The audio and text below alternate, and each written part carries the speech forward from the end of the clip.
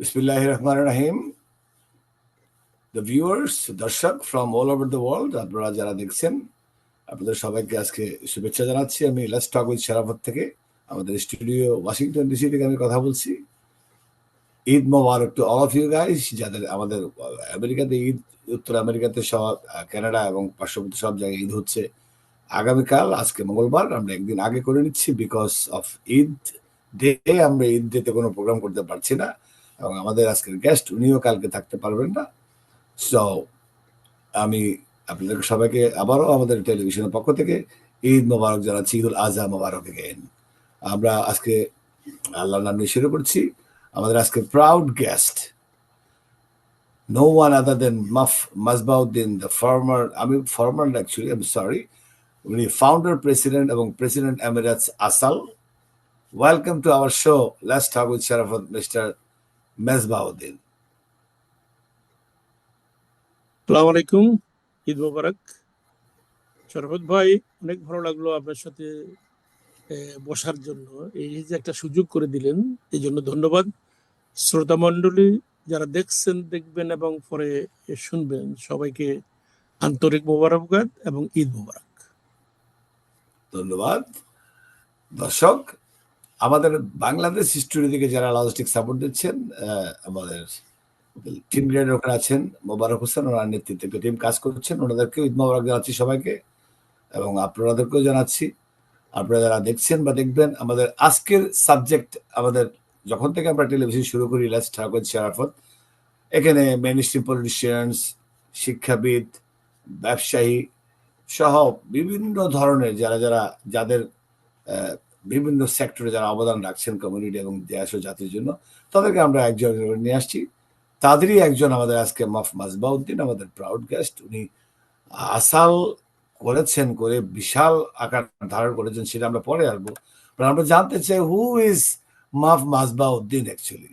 Mister Majba, we want to know, and people all over the world, আপনারই তো লক্ষ লক্ষ আপনার দর্শক আছে, সবাই জানতে চাই আমরা আমাদের টেলিভিশনের মাধ্যমে আজকে যে আপনি আসলে কি, আপনার শৈশব থেকে আপনার school, college, university and beyond, আপনি যদি খোলা মনে আপনার দুঃখ, কষ্ট বা শৈশবের সেই স্মৃতিগুলো একটু আমাদের সাথে শেয়ার করেন।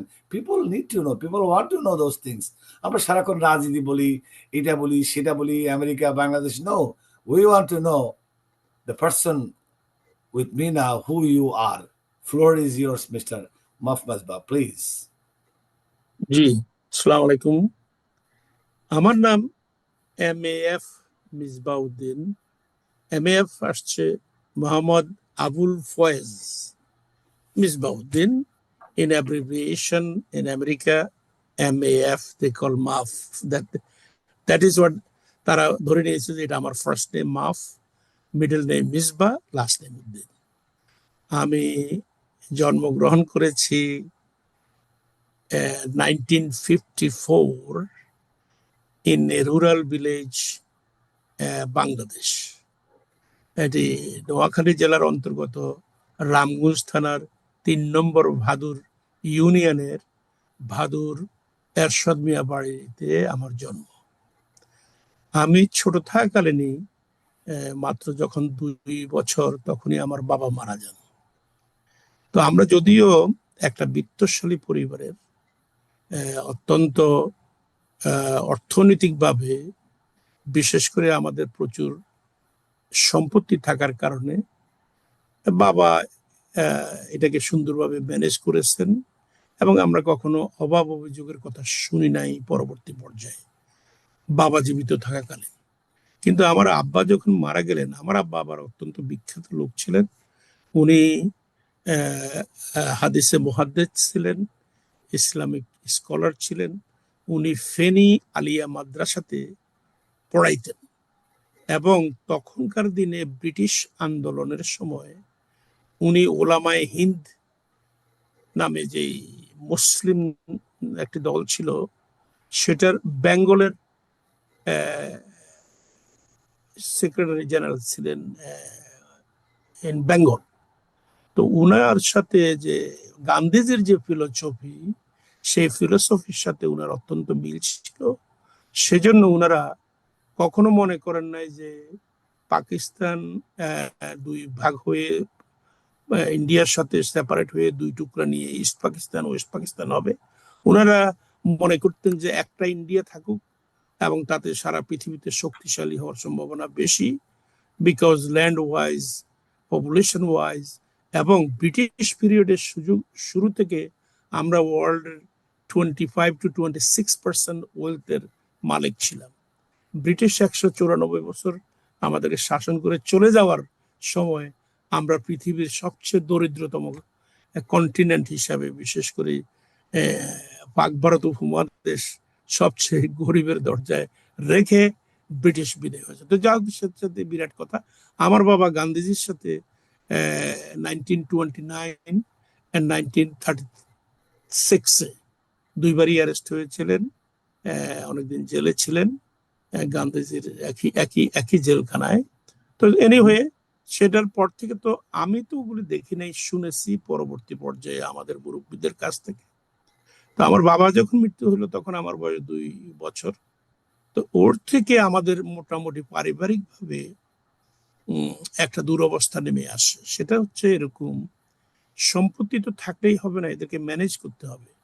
বাংলাদেশে তখনকার ইস্ট পাকিস্তানে মূলত মহিলারা কোন রকম এই ধরনের দায়িত্ব পালন করতেন না। তিনারা পারিবারিকভাবে পরিবারের খাওয়া দাওয়া, পরিষ্কার রাখা, যত্ন করা, সেগুলি করতেন। তো আমার মা সেই হিসাবে জানতেন না যে আমাদের কোথায় সম্পত্তি কোথায় কি। জানতেন যে প্রচুর অঢেল ধান আসে, অঢেল সুপারি আসে, অঢেল নারিকেল আসে, কিন্তু কোথেকে আসে সেটা তিনি জানতেন না। আমার বড় ভাই তখন ক্লাস 7-এ পড়তেন। আমার বড় ভাইয়ের পরে একটা বোন ছিল, সে আমার মনে হয় 5-এ পড়তেন। এরপরে আমার যে ভাইটা সেটা 3rd গ্রেডে পড়তো।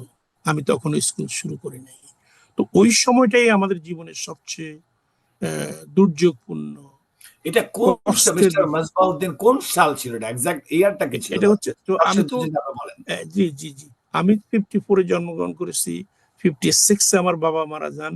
আমি বলবো 56 থেকে অলমোস্ট 65 পর্যন্ত এই যে একটা দীর্ঘ সময়, আনটিল আমার বড় ভাই মেট্রিক, আমাদের দেশে মেট্রিক বলে, তখন এন্ট্রান্স বলতো, ওইটা পাশ করে উনি যখন কাজে গেলেন, তারপর থেকে কিছুটা উনার ইনকামের মাধ্যমে আমরা মোটামুটি ক্রমান্বয়ে একটু দৈনিক যে আমাদের খরচ পাতি, আমাদের যে খাওয়া দাওয়ার অ্যারেঞ্জ করা, সেটার অ্যারেঞ্জ সবচেয়ে ভালোভাবে উনি করতে পারছেন। এবং ততক্ষণে উনি আবার কিছু কিছু সম্পত্তিরও খোঁজ খবর নিয়ে। আপনার ভাইয়ের নাম কি? আমার বড় ভাইয়ের নাম মোহাম্মদ ইসমাইল হোসেন। উনি আমার থেকে 8 ইয়ার্স এর বড় ছিলেন। তারপরে আমার বোন আনোয়ারা বেগম, উনি 6 বছরের বড় ছিলেন। তারপরে আমার ইমিডিয়েট বড় ভাই যিনি ছিলেন, ইনি 4 বছর, আমি 2 বছর, এরকম। তো বিষয়টা হচ্ছে এরকম, আমাদের দেশে ইভেন এই বয়সে ছেলেপেলেরা স্কুলে যায়, লেখাপড়া করে, সকালবেলায় মক্তবে যায়, ইসলামিক সূরা কেরাত এগুলি শিখে। সেই সময় আমাদের বাবা মারা যান। সেই জন্য বাড়িতে যারা ছিলেন তিনারা যতটুকু সহযোগিতা সাধারণত মানুষ একজন আরেকজনকে করে এই দুরবস্থায়, সেটা আমরা খুব একটা পাই নাই। না পাওয়ার যে কারণ সেগুলি আমি জানি না, কিন্তু মূলত তাই হয়েছে। বরং সম্পত্তির ব্যাপারেও দেখছি অনেকে কোনটা কোনখান থেকে দখল করা যায়, কি করা যায় ইত্যাদি ইত্যাদি একটা ব্যাপার ছিল, যেটা হ্যাঁ না, যেটা গ্রামে হয়, যেটা গ্রামে আজও হয় আমি মনে করি। কিন্তু এই ধরনের একটা দুরবস্থার ভিতরে আমার মা স্লোলি উনি অত্যন্ত পরেশগার ছিলেন। বলতেন যে আল্লাহ খাওয়াবে, আল্লাহ দিবে, আল্লাহ মানুষ করবে, তোদেরকে কোনো চিন্তা করিস না। তো আসলে দেখা গেল যে লেখাপড়ায় আমরা 4 জনই অত্যন্ত ভালো ছিলাম। আমি তো জীবনে সেকেন্ড হই নাই কোনো ক্লাসে। তো সেটারও একটা ব্যাপার আমি উপলব্ধি করছি। আমি যখন 7-এ পড়ি তখন থেকে আমি ওই আমার ক্লাস বা তার নিচের ছেলেপেলেদেরকে আমি পড়াইতাম। তো পড়াইলে হ্যাঁ, তখনকার দিনে তো খুব একটা টাকা পয়সার ব্যাপার ছিল না আমার মনে হচ্ছে। আপনি তো এখন আমাদেরকে পড়াচ্ছেন, তখন তো না, এটা সত্য। আমি ক্লাস 7 থেকে ইভেন 7-এর ছেলে মেয়েদেরকে আমি পড়াইছি তখনকার দিনে। ইভেন আমার এক ক্লাসমেটের বাবা, হি ওয়াজ সো প্লিজড, সে হইলো আমার তখনকার দিনে 1965-66 এর কথা বলতেছি, সে আমার 5 টাকা দিত মাসে। ওই 5 টাকা তো এনাফ আমার জন্য তখনকার দিনে আর কি। তো এইভাবে আমি ক্লাস 10 পর্যন্ত আমাদের নিজস্ব জায়গার উপরে হাই স্কুল। আমার বাপেরা 5 ভাই, এবং আমি তো বলছিলাম একটু আগে যে ওনারা অত্যন্ত বিত্তশালী সম্পদশালী ছিলেন। তো ওনারা সম্পূর্ণ একটা আমাদের এই ছাড়া বাড়ি বলি আমরা আর কি, ওই হ্যাঁ, ধরনের সারাবাড়ি একটা বাড়ি। এটাকে, আমরা কুমিল্লাতে বুঝি আমরা, হ্যাঁ, yes, এটার সারাবাড়ি, নাম হ্যাঁ। ছিল, আমাদের নাম ছিল বানাবাড়ি। এই বানাবাড়িটা ওনারা সম্পূর্ণ স্কুলের জন্য দান দিয়ে করছেন এভাবে যে স্কুল করা যাবে, স্কুল ব্যবহার করবে, কিন্তু রেজিস্ট্রি করে দেন নাই। সেই জায়গার খাজনা আমরা এখনো দিচ্ছি। তাইলে হুম, বোঝা গেল এখানে একটা হাই স্কুল 1944-এ, হুম, আমার জন্মের 10 বছর আগে এটা হাই স্কুল হয়ে যায় under Calcutta university. So that was a serious issue. Hmm, 1944-এর হাই স্কুল সেটা এখনো আছে, বেশ ভালোভাবে আছে। তো ওখান থেকে আমি খুব ভালো রেজাল্ট করে আমি আসি। ইন্টারমিডিয়েট পড়ছি আমি রামগঞ্জ কলেজ মাত্র 3 বছর আগে শুরু করছে, কিন্তু Ramganj college became one of the best college, rural college in under Comilla board. তো হুম। সেই কারণে কুমিল্লা বলছি, বাইরে right, yeah. কোথায় জানায়, রামগঞ্জ কলেজ ছিল আমার বাড়ি থেকে মাত্র 1.5 মাইল দূরে, 1 মাইল থেকে একটু বেশি। এখন তো দেশে কিলোমিটার বলে, কিন্তু এটা হবে 2.5 কিলোমিটার। হুম, হুম। কিন্তু আমরা ওই তখন তো রাস্তাঘাটে বর্ষাকালে অনেক প্যাক কাদা ছিল। তো আমার মনে আছে যে আমরা কলেজে লুঙ্গি পরে যেতাম, লুঙ্গিকে উপরে উঠাইয়া মানে লুঙ্গি এলাও করতো? ইন্টারেস্টিং। না, ইয়েস, আচ্ছা, ওই গ্রামের that's কলেজে new thing to us, allow. yes. তারপরে আমরা কিন্তু ওই যেহেতু আবার স্কুলে কলেজে গিয়ে একটু নেতৃত্ব করতে হবে, সাথে প্যান্ট নিয়ে যেতাম। তো ওখানে একটা ছোট ঘর ছিল, সেখানে লুঙ্গি চেঞ্জ করে ওখানে চেঞ্জ প্যান্ট করতেন, পরে আচ্ছা। ক্লাসে যাইতাম। তো এই যে ইভেন রামগঞ্জ কলেজের কথা যেটা বলতে, 70-তে আমি গিয়ে রামগঞ্জ কলেজে ভর্তি হই, আমাদের বাড়ি থেকে 1.5 মাইল দূরে। ওখানে মোটামুটি ফার্স্ট ইয়ারে আমরা যে 200 স্টুডেন্ট ভর্তি হয়েছি, কিছুদিনের ভিতরে আর কি ফার্স্ট ইয়ার ছেলেপেলেদের নেতৃত্ব চলে আসলো আমাদের হাতে। কিন্তু তখন ইলেকশন ছিল না, ইলেকশন না থাকলেও সবাই আমাদেরকে ফলো করতো, আমরা কি কই কি বলি ইত্যাদি ইত্যাদি। তো ওইটা করে 2 বছরের কোর্স শেষ করে, তখন আমাদের কলেজে সেন্টার ছিল না, সেন্টার ছিল রামগঞ্জ কলেজের সেন্টার ছিল তখন চৌমুয়ানি কলেজ। তো আমরা সেখানে গিয়ে চৌমুয়ানি কলেজে গিয়ে পরীক্ষা দিয়ে পাশ করে আমি আসে ভর্তি হইলাম ঢাকা ইউনিভার্সিটিতে ম্যাথামেটিক্সে। সেটা কোন এখন সাল? যে এটা এক্স্যাক্টলি হোয়াট ইয়ার? 1973-74 সেশনে আমি লিবারেশনের ঢাকা পর, বিশ্ববিদ্যালয়ের স্বাধীনতার স্বাধীনতার পর, পর। স্বাধীনতার পরের সেকেন্ড ব্যাচ। ফার্স্ট ব্যাচ ছিল তখন 72। আপনাদের 71 এর ওই সময় আপনারা সেশন জন আমাদের ভাইদের আমরা শুনেছি। আপনি তখন ঝামেলায় পড়েন নাই? এই 70-71 না এর না, গণসংযোগ? ওই ব্যাপারটা ছিল, আমরা তো ক্লাস 9-এ পড়তাম, তো 9 ওইটা 10। ওই সমস্যা আপনি পড়েন নাই? না না, ওই ওর তাছাড়া আমাদের ওই বাড়িটা অত্যন্ত সুনামধন্য বাড়ি হওয়ার কারণে আমাদের এলাকাতে ওই রাজাকাররা আমাদের এদিকে আসে নাই, ইনফ্লুয়েন্স হয় না, কোনো সমস্যা হয় নাই। পাক বাহিনীও আমাদের এদিকে আসে নাই। আর যেটা হয়েছে, আমাদের বাড়িতে দেলান ছিল, আমাদের বাড়িতে দেলান থাকাতে মানে বিল্ডিং এর সামহাও, জালাল বলতেছেন, রাইট? বিল্ডিং এর হ্যাঁ, জালাল বলতেছেন, ইয়েস, ইয়েস। বিল্ডিং যেটা আর কি, এখন বিল্ডিং, এখন তো সব বাড়িতে বিল্ডিং আছে। তো ওই বিল্ডিং এ এসে মুক্তিযোদ্ধারা স্থান পাইল। এখন যখন মুক্তিযোদ্ধারা এখানে আসছে, থানাতে, ওই থানা বলছি না 1.5 মাইল দূরে, ওরা খবর পাইছে যে আমাদের বাড়িতে এখন মুক্তিযোদ্ধা থাকে। তো এই সময়ে কখনো কখনো আমরা ভয় পাইতাম যে যেহেতু বাড়িতে এখন মুক্তিযোদ্ধা থাকে, রাজাকার আলবদর কখন কিংবা কখন হামলা হয় কিনা, হ্যাঁ। পাকিস্তানি বাহিনী হামলা করে কিনা আর কি। আবার ওই সময়ে আমাদের সেই সময় পরিচিত, মিস্টার মাসুদ, সেই সময় তো ভয়ানক পরিস্থিতি ছিল। না না ভয়ানক পাকিস্তানি করি, আসা মানে তো সাথে সাথে সব মেরে ফেলবে, ইয়েস। না না, একেবারে একেবারে সিরিয়াস কন্ডিশন। ওই একটা মানে ভাগ্য ভালো বলবো না খারাপ বলবো জানি না, ওই আমাদের স্কুলের আমার ম্যাথমেটিক্স এর টিচার, উনি সামহাও শান্তি বাহিনীতে যোগ করছিলেন। তো এখন শান্তি বাহিনীতে থাকিয়া উনি রামগঞ্জে যে ক্যাম্প করছে পাকিস্তানিরা, এবং যে রাজাকার আলবদর যেখান থেকে ওনারা ট্রেনিং দেয়, উনি ছিলেন ওখানে ইনচার্জ। তো উনি যেহেতু আমাদের বাড়ির হাই স্কুলে চাকরি করতেন, আমাদেরকে অত্যন্ত ভালোবাসতেন, আমাদের বাড়ির প্রতি উনার একটা আন্তরিকভাবে মায়া ছিল।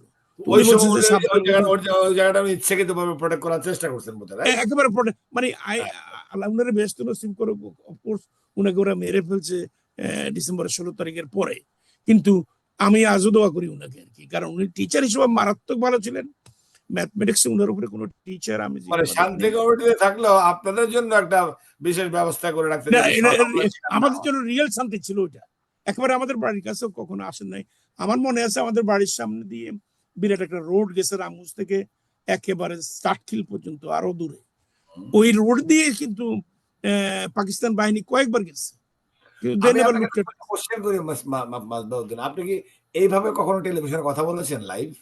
না না না না, এই ধরনের কথা তো বলা থ্যাংক ঠিক ইউ সো হয় না। মাচ, গো অ্যাহেড, এবং কিপ গোইং। সেজন্যই আন্তরিকভাবে বলতেছি, কারণ এগুলি এগুলি বলা দরকার। ইভেন আমি একটা বই লিখতেছি, a king without a crown, আমার বইয়ের নাম। ওয়াও! তো যে না, জীবনে অনেক কিছু হয়েছে, অনেক কিছু করছি, আল্লাহর শুকর, অনেক তারপর সাকসেস। ঢাকা বিশ্ববিদ্যালয়ে চলে আসলেন, তারপর কি হলো? আচ্ছা, তো ঢাকা বিশ্ববিদ্যালয়ে আসার পরে আমি তো বললাম 73-74 সেশন, তখন শেখ মুজিব মাত্র ব্যাক আসছেন পাকিস্তান থেকে, এবং সেটাও বিরাট মানে আনুষ্ঠানিক আমি তো মেজবা ভাই, আমি তো টক শো করি বহুদিন ধরে অন্য একটা প্ল্যাটফর্মে, এটা আমাদের নিজস্ব প্ল্যাটফর্ম, কিন্তু আমার অবাক লাগে, আমি তো প্রায় হাজার খানেক বোধ এপিসোড করেছি, কিন্তু অ্যাটলিস্ট তাছাড়া রাজনীতিতে বিভিন্ন অনেকভাবে ইনভলভ থাকাতে কথা বলা হয়েছে টেলিভিশনে, কিন্তু এই যে আপনার যেটা বলছিলাম যে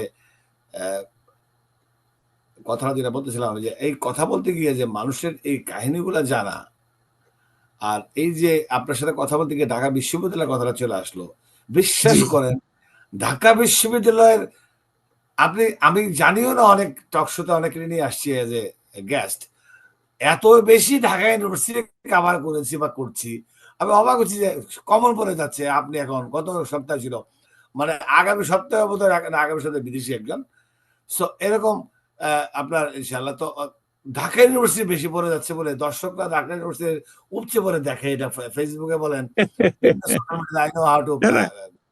ঢাকা ইউনিভার্সিটি শুধু তখন তখন ঢাকা যেটাকে বিশ্ববিদ্যালয়ের ঘটনা আমি শুনবো আপনার থেকে। ইয়েস, আপনি আসলেন, তারপর ঢাকা বিশ্ববিদ্যালয়কে তখন না, এখনো ক্যামব্রিজ অফ দি ইস্ট বলা হয়, এই জন্যই আসলে ইট ওয়াজ বেস্ট ইউনিভার্সিটি ইন বাংলাদেশ। আমি মনে করি সাউথ এশিয়াতে, সাউথ ইস্ট এশিয়াতে যে কতগুলি ইউনিভার্সিটি আছে, ঢাকা ইউনিভার্সিটিকে আমি অনেক উপরে রাখি। নট অনলি দ্যাট আমি বাংলাদেশের, নট অনলি দ্যাট আমি ওখানকার ছাত্র, কিন্তু আসলে এর উপরে আর বিশ্ববিদ্যালয় হয় কিনা, এইভাবে তৈরি করে কিনা আমার জানা নাই। কিন্তু এখন তো অনেকগুলি ইউনিভার্সিটি তো হয়েছে, হয়তো আরো ভালো হইতে পারে, সেটা হচ্ছে আমার অভিজ্ঞতার বাইরে। কিন্তু বিশ্ববিদ্যালয়ে থাকাকালীন তো আমি তো বললাম 73-74 সেশনে আমি ভর্তি হওয়ার পর পরেই আবার department, mathematics department is one of the second largest department as per student number. First in Dhaka University at that time, during our time, was sociology.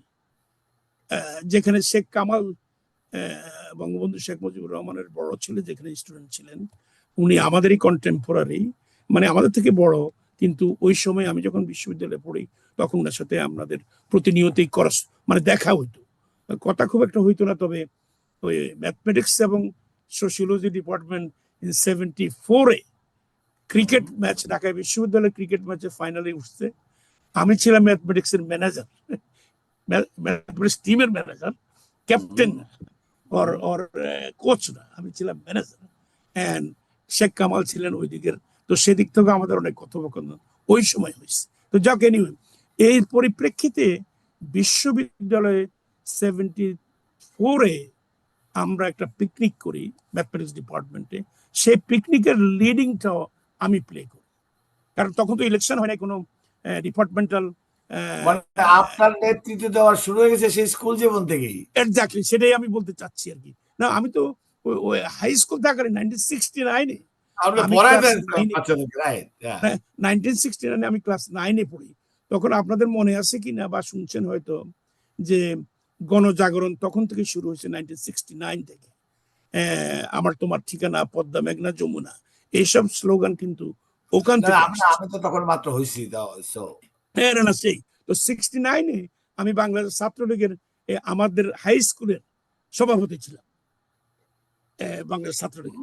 কারণ তখনকার দিনে ঢাকা বিশ্ববিদ্যালয় থেকে যারা ছাত্রলীগ করতেন তারা পুরা দেশ ঘুরে ঘুরে এইভাবে প্রত্যেকটা স্কুলে স্কুলে কমিটি তৈরি করছেন, যার জন্য 69-এর আন্দোলন থেকে শুরু করে 70-এর আন্দোলন শেষ না হইতেই আসম আব্দুর রব স্বাধীনতার পতাকা উঠাইলেন। আসম আব্দুর রব, শাহজাহান সিরাজ, ওরা ওই চারি খলিফা যাদেরকে বলতাম, ওনারা ঢাকা বিশ্ববিদ্যালয়ে বাংলাদেশের পতাকা উত্তোলন করলেন। তো ওগুলি আসলে এগুলি সব আমাদের দেখা।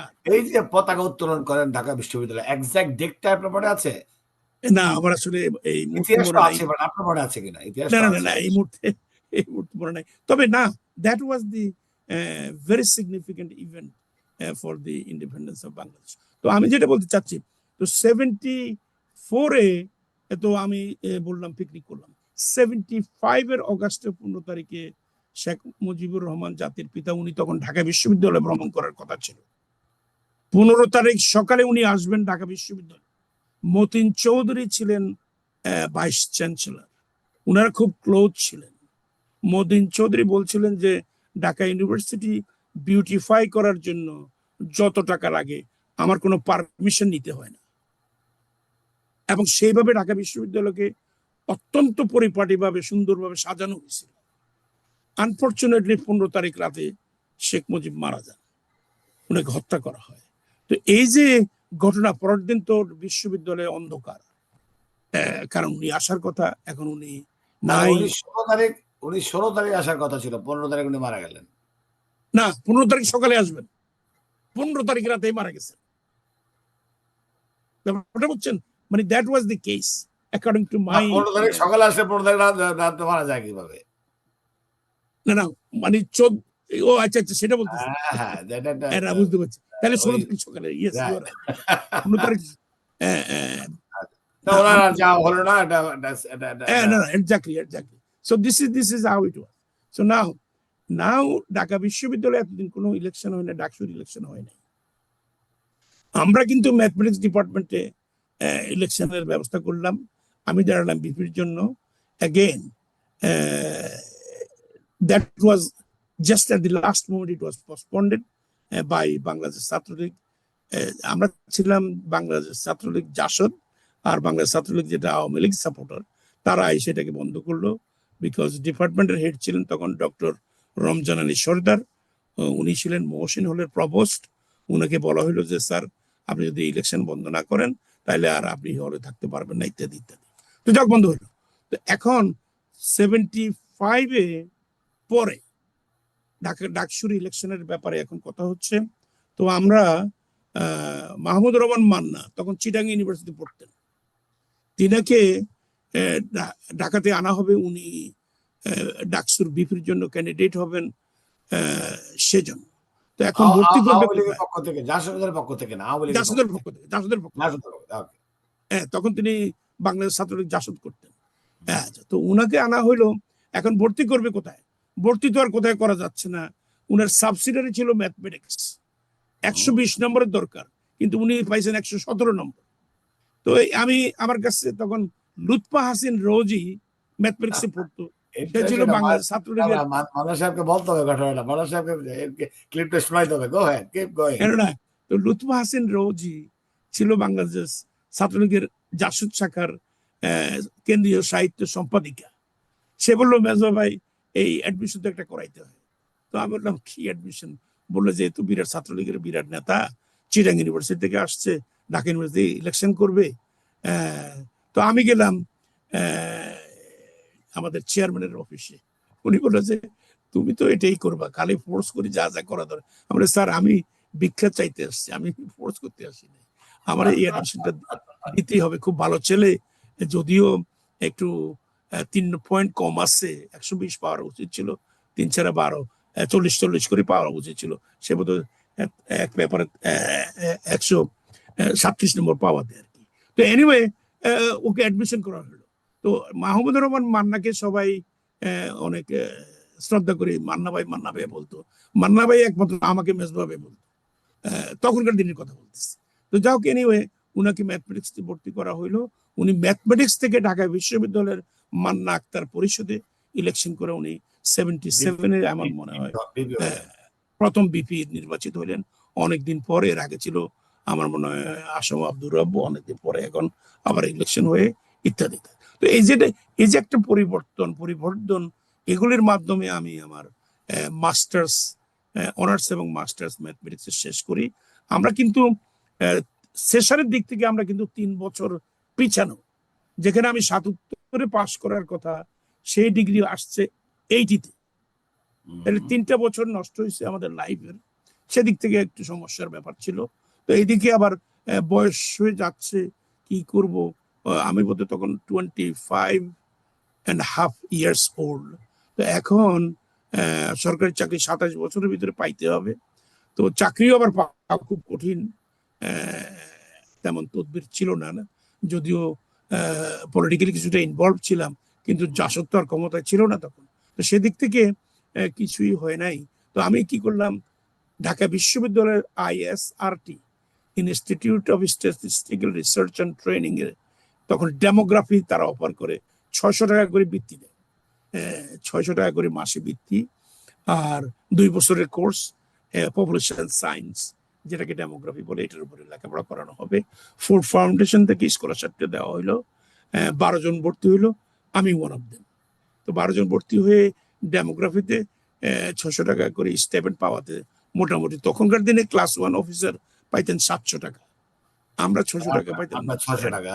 এন্ড দেন আমার একটা টিউশন ছিল, ও লেভেলের একটা ছাত্রকে পড়াইতাম, সেখানে 1000 টাকা পাইতাম। এবং টিউশনে কিন্তু আমি ঢাকা বিশ্ববিদ্যালয়ের এই যে 5-7 বছর ছিলাম, everyday I did the tuition. এবং টিউশন করেই আমি আমার খরচ যা দরকার ছিল ব্যবস্থা করতাম। এবং খুব সুন্দরভাবে আমি 600 টাকা, কিন্তু টিউশনে করে পেতেন 1000 টাকা। তার টিউশন মাত্র 2 দিন পড়াইতাম। এইভাবে শেষের দিকে তো আমি 2টা টিউশনই করতাম, কারণ দুই জায়গায় করলে 2000 টাকা, ইট ওয়াজ হিউজ।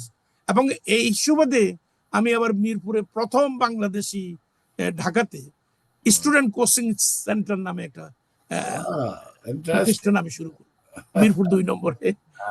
এরপর থেকে কিন্তু হাজার হাজার কোচিং সেন্টার এখন বাংলাদেশে, মানে তখনকার দিনেই আস্তে আস্তে শুরু হয়েছে।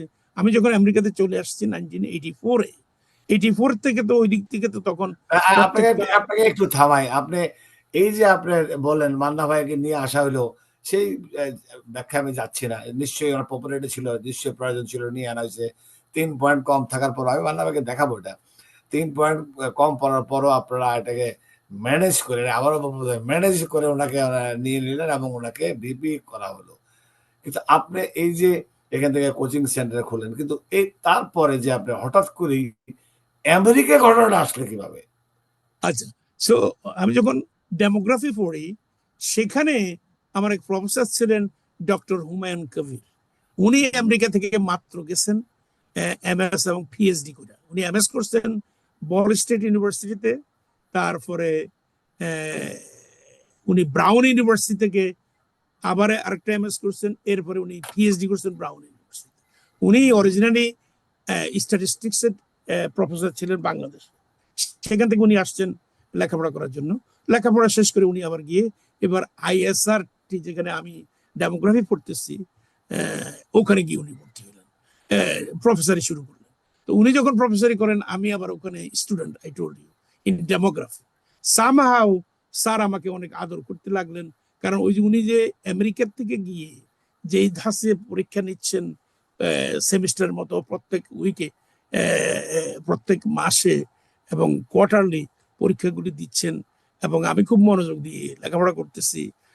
উনি বললেন যে তুমি এক কাজ করো, ভালো করে লেখাপড়া করো, তোমার কোর্স এবং থিসিসটা শেষ করার আগেই আমি তোমাকে আমেরিকাতে যাওয়ার ব্যবস্থা করে দিব। আমি বললাম স্যার আলহামদুলিল্লাহ, যদি এটা হয় আমি দরকার জীবন দিয়ে ফেলবো এখন লেখাপড়া নিয়ে। ওইভাবে শুরু করতে করতে দেখা গেল যে লেখাপড়ায় খুব ভালো করতেছি, এবং by the end of our last semester only thesis বাকি, দেখা যাচ্ছে যে I will be the first class first in those demography class. তো উনি বললেন যে ঠিক আছে, আমি লিখি আমার professor Bigman from Ball State University department of mathematical সায়েন্সের, উনি তখন চেয়ারম্যান ছিলেন, তো উনি ছিল আবার উনার অ্যাডভাইজার। তো সেই হিসাবে উনাকে লিখলেন, লেখার পরপরই উনি বললো যে Kabir, if you want to send a good student, brilliant student, why not, just send me the details. তো উনি ডিটেলস পাঠালেন।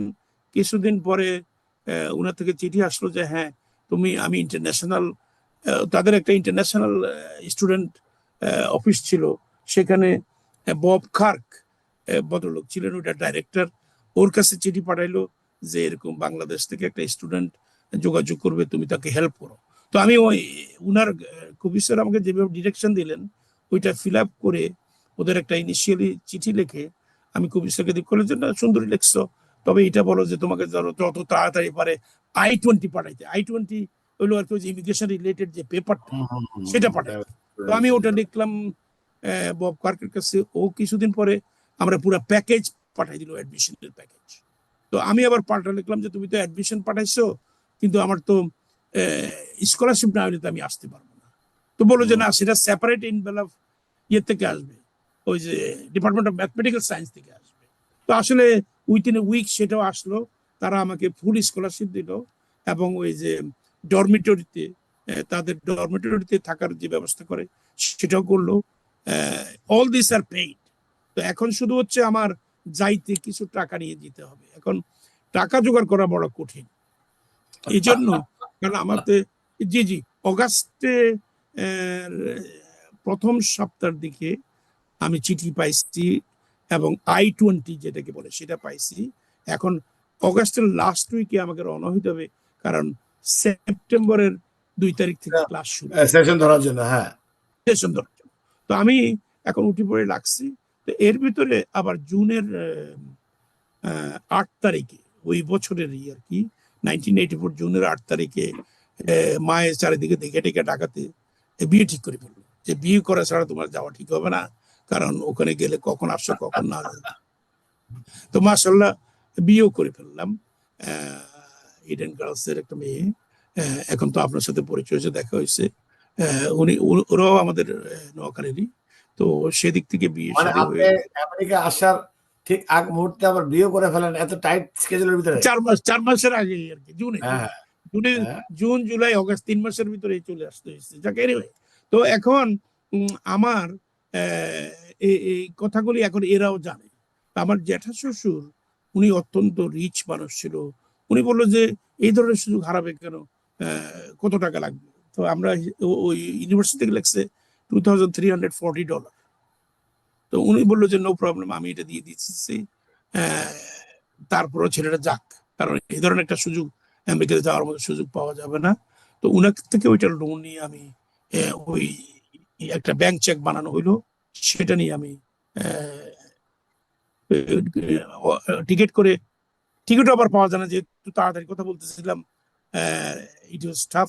সো এয়ার ইন্ডিয়ার একটা টিকিট পাওয়া গেল, যে বাংলাদেশ থেকে ক্যালকাটা যেতে হবে, ক্যালকাটা গিয়ে এয়ার ইন্ডিয়া ধরে লন্ডনে আসতে হবে, লন্ডন থেকে নিউ ইয়র্ক। তো যা হোক ওইটা পাওয়া গেল। অগাস্টের 27 তারিখে আমি রওনা হইলাম, 29 তারিখে আমি এসে পৌঁছলাম। তো 29 তারিখে আমি যখন আসি পৌঁছি, আমি নামলাম এয়ারপোর্টে, মানে এখানকার তো এয়ারপোর্ট যেটা JFK তে নামলাম, JFK থেকে এখন আমাকে আসতে হবে লাগোড়িয়া এয়ারপোর্টে, লাগোড়িয়া থেকে লোকাল ফ্লাইটে আমাকে যেতে হবে ইন্ডিয়ানাপলিস, যেটা ইন্ডিয়ান স্টেটের ক্যাপিটাল। স্কুল স্কুল ওখানে? স্কুল স্কুল ওখান থেকে 50 মাইল দূরে, কিন্তু আগে তো ইন্ডিয়ানাপলিস পৌঁছতে হবে। তো এখন আমি তো নামার পরে আমি যে ইংলিশ বলি কেউ কিছু বুঝে না। আপনাকে আমি তো বলছি আমি ডাবল মাস্টার্স নাও, আমি ফার্স্ট ক্লাস ফার্স্ট, কিন্তু আমার ইংরেজি তারা বুঝে না। তবুও এক আফ্রিকান, আমার সাথে হয়েছে অনেক কিছু আমাকে। না, exactly this is the fact, I don't want to hide anything. So এক আফ্রিকান ট্যাক্সি ড্রাইভার, সেও ওই প্যাসেঞ্জার খুঁজতেছে আর কি এয়ারপোর্টের একেবারে ডোরেই। তো আমি এয়ার ইন্ডিয়ার ওদেরকে বললাম যে how I can go to Indianapolis. সে বললো যে বাইরে যাও, ট্যাক্সি নাও, যে লাগোড়িয়া এয়ারপোর্টে যাও, সেখান থেকে তোমার ফ্লাইট রেডি। তো ও তো বলছে আমি তো কিছুই বুঝি। তো যা হোক বাইরে আসার পরে যখন বললো যে where you to go, I said জাগুরি এয়ারপোর্ট। সে বললো যে do you have money, I said yes I have $100 bill. সে বললো যে তাইলে এটাকে ভাঙাই নিয়ে, তো ভাঙাই নিলাম। ওখানে সে নিয়ে আসলো আমাকে জেএফকে থেকে লাগুড়িয়া। এগুলো তো আমি কিছুই চিনি না, this is the first time in my life out of the country, forget about new York. তো আসার পরে সে নামাইয়া বললো যে আমাকে $40 দে। আসলে তখনকার দিনে ভাড়া ছিল হয়তো $10। সে $40 নিল, আমি তো আর বুঝি নেই। $40 দিয়ে দিলাম, সেও খুশি। আমি বাকি $60 আমার পকেটে ঢুকাইয়া আমি ওই আমার এয়ারলাইনের দিকে যাচ্ছি। এটা ছিল বোধ হয় তখনকার দিনে TW কি একটা এয়ারলাইন ছিল, তো TW এয়ারলাইন। তো ওদের ওখানে বসতে বসতে কয়েকজন তো গেট বন্ধ হয়ে গেছে। আমি বলি বলো কি, আমি তো বাইক থেকে আসছি, আমি তাড়াতাড়ি করতেছি। তারপরে কেমনে জানি একটা one of the crew, she was late to go to the plane somehow. এইগুলি আল্লাহর কুদরত আর কি। তো উনি এখন যাবে, দরজা তো খুলবে, তো আমাকে খুলে ঢুকলে আমার ব্যাগ যে যাবে সেই সুযোগ আর নাই। তো ওরা আমার ব্যাগে হেঁদেই ঠেলে ঠুলে ব্যাগ থেকে ঢুকাইয়া ওই দরজার একটু পাশে জায়গা ছিল ওখানে রাখলো, আর আমি সিটে গিয়ে বসলাম। ইন্ডিয়ানাপলিস থেকে রওনা হওয়ার পরে ওয়াহির পর্যন্ত আসছি, এখনো ইন্ডিয়ানাতে পৌঁছে নেই। ওয়াহির ওখানে আকাশে প্লেন গেছে নষ্ট হইয়া, অ্যাকর্ডিং টু পাইলট। তারা বলে যে we have to land here. মানে আমার যেরকম প্লেনের ভয়, আপনারও সেই ভয় থেকে শুরু হয় ওই নাকি? একই কথা। Oh my God! পড়তে পড়তে নিচে নামলাম। এটা তো তারা দেখেন তাড়াতাড়ি আপনার সাথে আমার আমাদেরকে, কতদিনের সম্পর্ক, কোনোদিন এগুলা জানা হয় নাই। না সেটাই দর্শক, সে। এটা তারপরে ইন্টারেস্টিং যে সেখান থেকে বাজনা ওরা পড়ছে আজকে। ইমিডিয়েটলি আমাদেরকে ট্রান্সফার করলো আরেকটা এয়ারপোর্টে। ওই এয়ারপোর্টের রানওয়ে থেকে আমরা বাইরে হই নাই, প্লেন থেকে না আমরা রানওয়ে দিয়ে আর প্লেনে গিয়ে উঠছি। সেখান থেকে ওইটা ফ্লাই করে আমাদেরকে ইন্ডিয়ানাপলিসে আসছে। ইন্ডিয়ানাপলিসে তো আমি আসি যখন নামছি তখন 3টা বাজে। এখন এই 3টাতে বাজাতে তো কেউ নেই এয়ারপোর্টে, শুধু এই প্লেনে যাত্রী। কোথায় যাবো? You হ্যাঁ, don't know, সবাই right? চলে যায়। আমি বললাম, ওয়ান অফ দি প্যাসেঞ্জার বললাম যে what I have to do, I need to go to Indianapolis. Because Indianapolis is very far, you cannot go tonight, you have to wait, you have to leave somewhere, stay somewhere here. I said okay fine. তো আমি লাগেজটা নিলাম। লাগেজটা আমারটা নিতে নিতে আর কেউ নেই এখন, এখন আর এয়ার টার্মিনালে, এই মানে লাগেজের এরিয়াতে। তো তারপরে দেখলাম যে হঠাৎ করে এক ভদ্রলোক আমার থেকে একটু, আমিও শর্ট 5'4", ইনি বোধ 5'3" হবেন। উনি আসতেছেন একটা ব্যাগ নিয়ে, সাথে উনার একজন মহিলা আছেন। মহিলাটা হিজাব পরা, মোটামুটি আমার একেবারে একটু সাহস বাড়লো যে এটা ডেফিনেট একটা মুসলিম পরিবার হবে। তো উনাকে আমি আগায় গিয়ে আসসালাম আলাইকুম বললাম, ভাইজান আমি বড় বিপদে। কয় কি বিপদ তোমার? আমি বললাম যে আমি তো যাবো এখান থেকে 52 মাইল দূরে বল স্ট্রিট ইউনিভার্সিটি। কয় তুমি কেন যাবা সেখানে? আমি বলি আমি তো ওখানে স্টুডেন্ট হিসাবে অ্যাডমিশন পাইছি, 2 তারিখ থেকে ক্লাস, আজকে রাতে পৌঁছলে ভালো হইতো। আর এরা বলে যে আমি এয়ারপোর্টে থাকতে পারবো না, বাইরে গিয়ে কোথাও একটা রুম নিতে, এগুলি তো আমার পক্ষে সম্ভব না। উনাকে আমি, যেহেতু উনি ভদ্রলোক আমার কথা বুঝতেছেন, তো আমি চিন্তা করতেছি উনি হয়তো পাকিস্তান বা ইন্ডিয়ার কোনো কেউ কোনো জায়গা থেকে হবে। তো উনি বললো যে আমি ডক্টর আনসারি, তুমি কোথায় জানো? তুমি ইন্ডিয়ানাপলিসে কাউকে কাউকে কাউকে চিনো? মানে কাকে চিনো তুমি ইন্ডিয়ানাপলিসে? তা আমি বললাম যে প্রফেসর আলী, উনি একবার ঢাকা বিশ্ববিদ্যালয়ে ভিজিটিং প্রফেসর হিসেবে আসছিলেন, তো তখন উনার সাথে আমার পরিচয় হয়েছে। তো উনি আমাদের আইএসআরটি, তো উনি স্ট্যাটিস্টিক্স এর প্রফেসর, তো সেই হিসাবে আইএসআরটি তো কয়েকটা লেকচার উনি দিয়েছেন। তো সেই লেকচারের সময় প্রশ্ন এবং উত্তরের পর্বে আমিও কিছু প্রশ্ন করছি। উনি পরে ইয়েটা উনার সেশন শেষ হওয়ার পরে আমাকে ডাইকা কিছু সময় কথা বলছেন, এইটুকুই আমি জানি। তখন আমি উনার কার্ড দিয়েছিলাম, তো উনার কার্ডটা আমার কাছে আছে। কয় প্রফেসর আলী, প্রফেসর আলী তো I know him and you are so lucky. I said how I am lucky, I am stuck here. কয় না, he lives next to me. চিন্তা করে দেখেন, 52 মাইল দূরে যাব বল স্ট্রিট ইউনিভার্সিটিতে, এখানে কোনো উপায় নাই যাওয়ার, কোনো বাস নেই, সকাল 8টা থেকে বাস চালু হবে। এখন এই ভদ্রলোক বলতেছে যে তোমার কোনো চিন্তা নাই, আমি ওনার পাশের বাসায় থাকি, আমরা প্রফেশনাল এরিয়াতে থাকি, আমিও বল স্ট্রিটের একজন ডাক্তার, প্লাস্টিক সার্জন। তখন মাত্র প্লাস্টিক সার্জন শুরু হয়েছে। আর প্রফেসর আলী উনি খুব ভালোভাবে ছিলেন। তো উনি বলে যে আমি এক কাজ করি, তুমি আমার সাথে আসো। তো ভাইজান আমার ওই যে শরীর তো এত টায়ার্ড, এত ঘন্টা ফ্লাই করছি, খাওয়া দাওয়া ইন্ডিয়ান ফ্লাইটে খুব একটা খাই নেই, ভাবলাম যে হারাম না হালাল হু নোজ, তখন তো এই ধরনের চিন্তা চেতনা। তো সেদিক থেকে লর্ড বিহোল্ড আমি আশ্চর্য হবেন, এই যে একটা ভদ্রলোকের সাথে দেখা হইলো, উনি আমার ব্যাগ টানতেছেন, কয় আমাকে দাও, তুমি পারবা না। তো এই টাইনা নিয়ে উনারা আমার গাড়ি এয়ারপোর্টে পার করা। ইন্টারেস্টিং। কারণ সব আল্লাহর রহমত ছিল। ইয়েস। এগুলি সব। তো উনি টাইনা টুনা উনার গাড়িতে উঠালেন, আমি বসলাম, উনার ওয়াইফ এক সাইডে, আমি এক সাইডে। তো আমি বলতেছি, স্যার আপনি এই কোথেকে আসছেন? না আমি আসি নাই, আমি আসছি আমার ওয়াইফকে পিক আপ। ওয়াইফ গেছে নিউ ইয়র্কে তার প্যারেন্টসের সাথে দেখা করতে। দেখেন কি ক্ষুদ্রতারি। তো ওইভাবে আমাকে উনি রাতে আইনা, এখন 4টা বাজে, উনার বাসায় ঢুকেন। উনার বাসায় ঢুকে বলে যে কিছু খাবা নাকি? আমি বললাম যে না, শুধু একটু পানি দেন, পানি দিল। আর উনি ওই ডাক্তার সাহেব প্রফেসর আলীকে কল করলেন। প্রফেসর আলীকে কল করে বললেন যে আলী, তোমার তো এক গেস্ট নিয়ে আসছি এয়ারপোর্ট থেকে। এখন 4টার সময় ওরা ফোন ধরে বসছে, কয় যে কোন গেস্ট? তো আমাকে দিল। আমি বললাম স্যার আমার নাম এম এ মিসবাউদ্দিন, স্যার আপনার সাথে আমার পরিচয় হচ্ছে গত বছর আপনি যখন ভিজিটিং প্রফেসর হিসেবে আসছিলেন, আমি তো আইআসিডিতে তখন পড়তাম। ও হ্যাঁ হ্যাঁ, তোমাকে মনে আছে, মনে আছে, তুমি তো বলছিলা তুমি চেষ্টা করবে আমেরিকাতে আসার জন্য, ও তুমি আসছো। এই বলে উনি ইয়ে বললো, প্রফেসর ডাক্তার আনসারিকে বললো, Ansari would you kindly just bring him to my door, I was sleeping, I will open the door. তো সাথে সাথে 4:30টার ভিতরে উনার বাসায় গিয়ে বসে। বাসায় গিয়ে সোফাতে কাইতে বাংলাদেশে, উনার ওয়াইফও খুবই অত্যন্ত ভালো, বরিশাল বাড়ি উনাদের। তো উনিও এই রাতে এখন কি করবে, উনারা তো আবার আমেরিকান খাওয়া খান, এখন মশলাপাতি খুব একটা নাই, তারপরে ধরেন কোনো ঝাল নাই, কিচ্ছু নাই, তো তবু খাওয়া একটু দিল। আমি তো আর এটা মুখে দিয়ে খাইতে পারতেছি না। তারপরে বললো যাই ঠিক আছে, এবার দুধ খাও। দুধ এনে দিল, দুধও কোনো স্বাদ নাই, মানে বাংলাদেশের দুধ আর এখানকার দুধ দিনে রাইতে পারত। তো যাও কিনে ওইভাবে রাত কাটান। সকালে উনি বললো, উঠে 8টার দিকে উঠে বললো যে আসো নাস্তা করো, আর আমি বাংলাদেশে যে 2জন আছে এখানে, 2জনকে আমি কল করছি, তারা একটু পরে আসে তোমাকে নিয়ে যাবে। বাংলাদেশে 2জন স্টুডেন্ট ছিল। আচ্ছা, এখন বাংলাদেশে 2জন স্টুডেন্ট 10টা 10:30টার দিকে ওনারা আসতেন। ওনারা আসার পরে একজনকে আমি চিনি। আমরা স্যার আপনি এখানে কি করেন? ইনি প্রফেসর আশরাফ, এই ভদ্রলোক আসছেন এখানে এমএস করবেন, পিএইচডি করবেন। উনি ঢাকা বিশ্ববিদ্যালয়ে আমার টিচার ছিলেন, আমার স্ট্যাটিস্টিক্স সাবসিডিয়ারি ছিল। ওই স্ট্যাটিস্টিক্স ডিপার্টমেন্টে যাইতাম, সেই সময় উনি সাবসিডিয়ারি ক্লাস করাইছেন। আমরা স্যার আপনি কবে আসছেন? আমি তো গত বছর আসছি।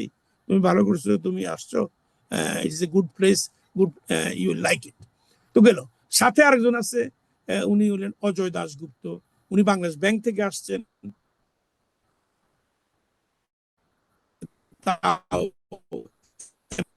করার জন্য তো বললো যে তুমি আমাদের সাথে থাকবে, তোমার বাসা নেওয়া দরকার নাই, কারণ আমাদের ওখানে এক্সট্রা বেড আছে। তা বললাম যে স্যার ভালো হয়েছে, তাহলে তো আর আমার কোনো চিন্তা নেই।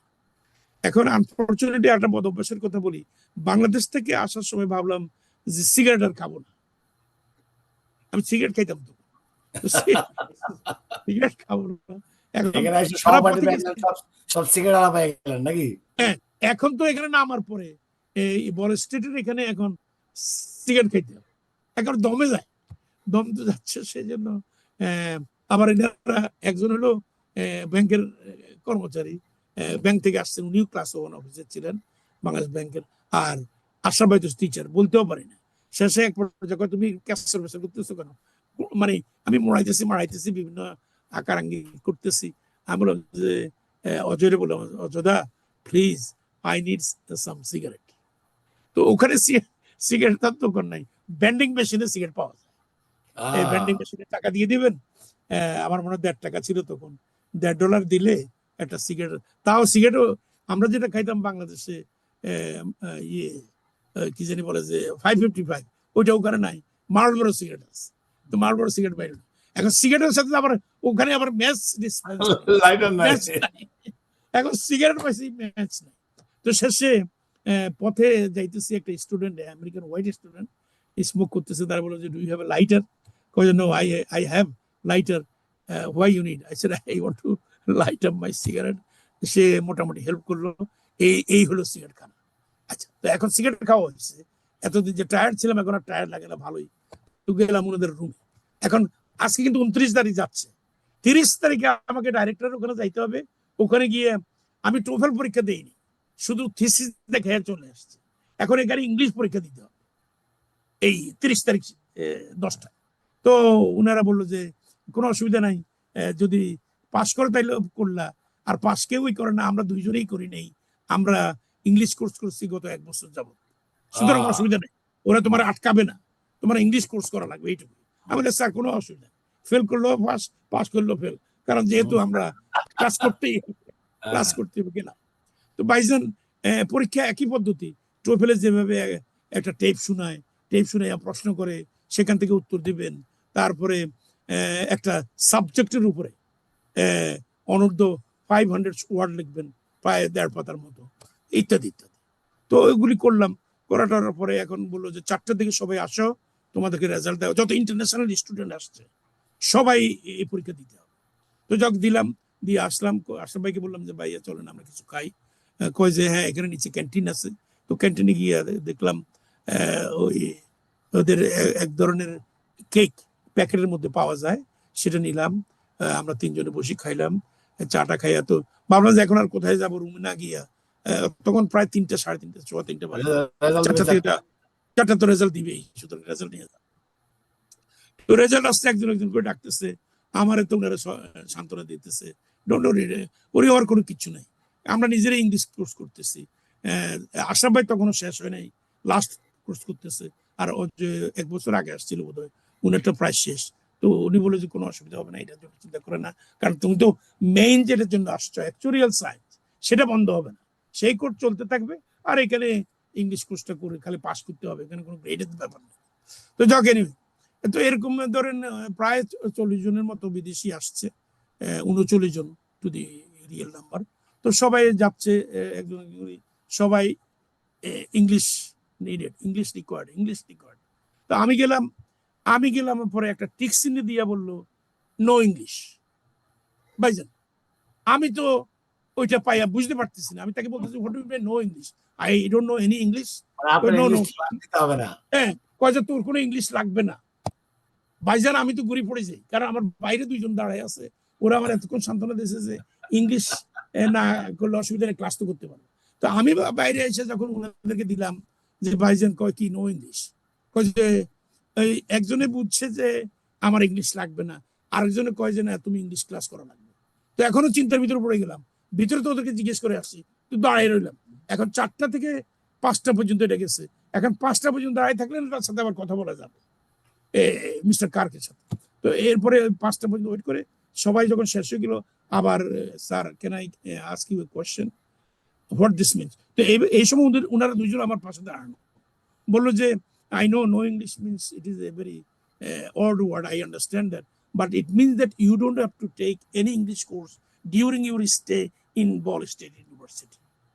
ভাইজান খুশি বলতে কোনো জিনিস যদি থাকে, এটা সবচেয়ে বড়। সাহেব আমরা অনেক কথা শুনলাম, এখন একটু চেঞ্জ হয়ে আপনার এই আমাদের এই 1 ঘন্টা শুধু কথা বলছি আপনার এই স্কুল জীবন, কলেজ জীবন, ইউনিভার্সিটি জীবন নিয়ে। আরেকটা এপিসোডটাতে নিয়ে আসবো আপনি, তখন আপনি স্কুল শুরু করে দিলেন, ইংরেজি ক্লাস নিতে হলো না। That is fantastic message to the viewers. আমরা মাত্র 2 মিনিট বাকি আছে আমাদের শেষে, আমরা নিউজে চলে যাব। আপনি যে দর্শকের ধন্যবাদ দিয়ে আমরা আবারও, আমি জানি আমাদের আসাল নিয়ে কথা বলার কথা ছিল, আমরা একটা চমৎকার সংগঠনের আপনার ফাউন্ডার, প্রেসিডেন্ট এবং সিইও, এবং এখন প্রেসিডেন্ট এমিরাটস। আমাদের সাথে আরো করিম ভাই সহ আরো অনেক লিডার আছে, আমি নিজেও আছি, আমরা চালিয়ে যাচ্ছি। আপনি যদি 1 মিনিটে আসালে ওখান থেকে আপনি পাস করে আসাল পর্যন্ত আসলে টাইমটা হবে না, আপনি কিভাবে মিলাবেন, it's up to you. 1 minute, okay. So the last part is this. So I came back to New York City on way Bangladesh, but New York City Office of Actuary hired me by sponsoring to the immigration. তারা আমার green card দিল, তারা বললো যে না তুমি এখানে আমাদের সাথে কাজ করবা, কারণ আমাদের এই ডিগ্রি ওয়ালা লোক পাই না আমরা, তুমি যে অ্যাকচুয়ারিয়াল সায়েন্সে ডিগ্রি করছো এই ডিগ্রি আমাদের অত্যন্ত। তো থেকে গেলাম ওখানে থাকার পরে within 12 years I became the president of my union. এই 12 years এর প্রেসিডেন্ট হওয়ার পরে 2008-এ, তারও 8 বছর পরে গিয়া আমি আসাল শুরু করি 2008-এ। 8 থেকে এখন 26-এ আইসা 18 বছর পরে Asal has 22 chapter all America, and in 12 states. And we are very strong. We are a political powerhouse. We are bridge between our community that are immigrant community, do not know anything about American politics. We are trying to bring them into American politics. And you are the president of my Washington DC chapter. You are very important leader in my ASAL. Now, ASAL this year, we are doing the campaign all over the United States, including the governor of New York State and so on and so forth. We have succeeded in bringing our people. Last year, we helped elect in New York City a Muslim mayor. We are the pioneer, number one field worker for him. And because আজকে সে আমাদের মুসলমান mayor হয়ে আমাদের মোটামুটি সেই পর্যন্ত ভালোই চালাচ্ছে, ভবিষ্যতে আরো ভালো হবে। আমি ভুলে যাওয়ার আগে দর্শকদের বলে দিচ্ছি বা আসলে যারা দেখবেন যে আমরা এখানে বাংলাদেশের federation of Bangladesh association of America একটা ফোবান নামে একটা সংগঠন আছে, সবাই জানে সারা বিশ্বে, এটা অনেক বিভক্তি আছে এখন, বাট উইথ সেইং দ্যাট যে এটাকে সর্বপ্রথম মেইন স্ট্রিম পলিটিক্সের একজন চাকসুমারের মতো মেজরিটি লিডার এবং আপনার ফোবানাতে এই রিকগনাইজ করা বিদেশিদের দ্বারা, আমার মতে that was the first time, and that was done through you and your ASAL and our at that high level. Yes. অনুষ্ঠানে ধন্যবাদ জানাচ্ছি যে 2001 সালে ওয়াশিংটনের ফোবানায় আপনি চাকসুমারকে নিয়ে আসছিলেন, তখন প্যান্ডামিকের পরে it was tough to do that, এবং উনি ফোবানাকে মানে ফোবানার প্রশংসা করেন। সেটা ফার্স্ট টাইম আমার মনে হয় কোনো মেজরিটি লিডার ফোবানায় আসেন।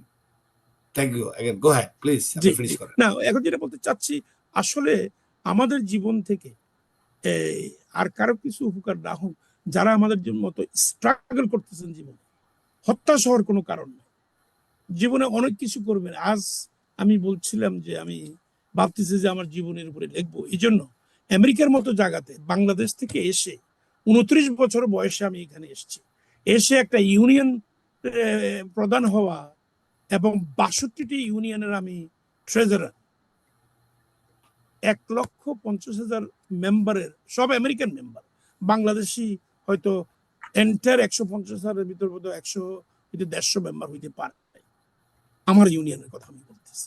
তো এরপরে তাও এখন আমি যখন প্রেসিডেন্ট তখন মাত্র 3 জন ছিলেন। এই যে বিষয়টা, আমার মতো লোক আইসা যদি এখানে আমরা এইটুকু করে নিতে পারি, আমাদের থেকে অনেক স্মার্ট ছেলে আমাদের বাংলাদেশে আছে, আমাদের থেকে অনেক জ্ঞানী গুণী এবং ধৈর্যশীল ছেলেপেলেরা আছে, তারাও ইনশাল্লাহ যদি এইভাবে প্রচেষ্টায় থাকে, কনসিস্টেন্সি থাকে, পারসিস্টেন্ট ভাবে কাজ করে, তাহলে ইনশাল্লাহ তাদের ভিতর থেকেও অনেক সাকসেস আসবে এই দেশে, কেন আমাদের দেশেও। তো কষ্ট এবং দুর্যোগকে মাথা পেতে নিয়ে ঝাড়া দিয়ে উঠে কেবল আগাতেই হবে, অগ্রসর হইতে হবে, সাকসেস আল্লাহর হাতে আসবেই, আসতেই হবে। তো এইভাবে আর কি আমি মনে করি যে আমার জীবনের যে বক্তব্যটা আমি এখন তুলে ধরলাম, এটা যদি কারো কাজে লাগে সেটাই হবে সাকসেস। এবং আসল নিয়ে আমরা ইউনিক একটা মেসেজ দিলেন আপনি, এটা আপনিও দেখবেন, আবার আপনার জেনারেশনরাও দেখাবেন।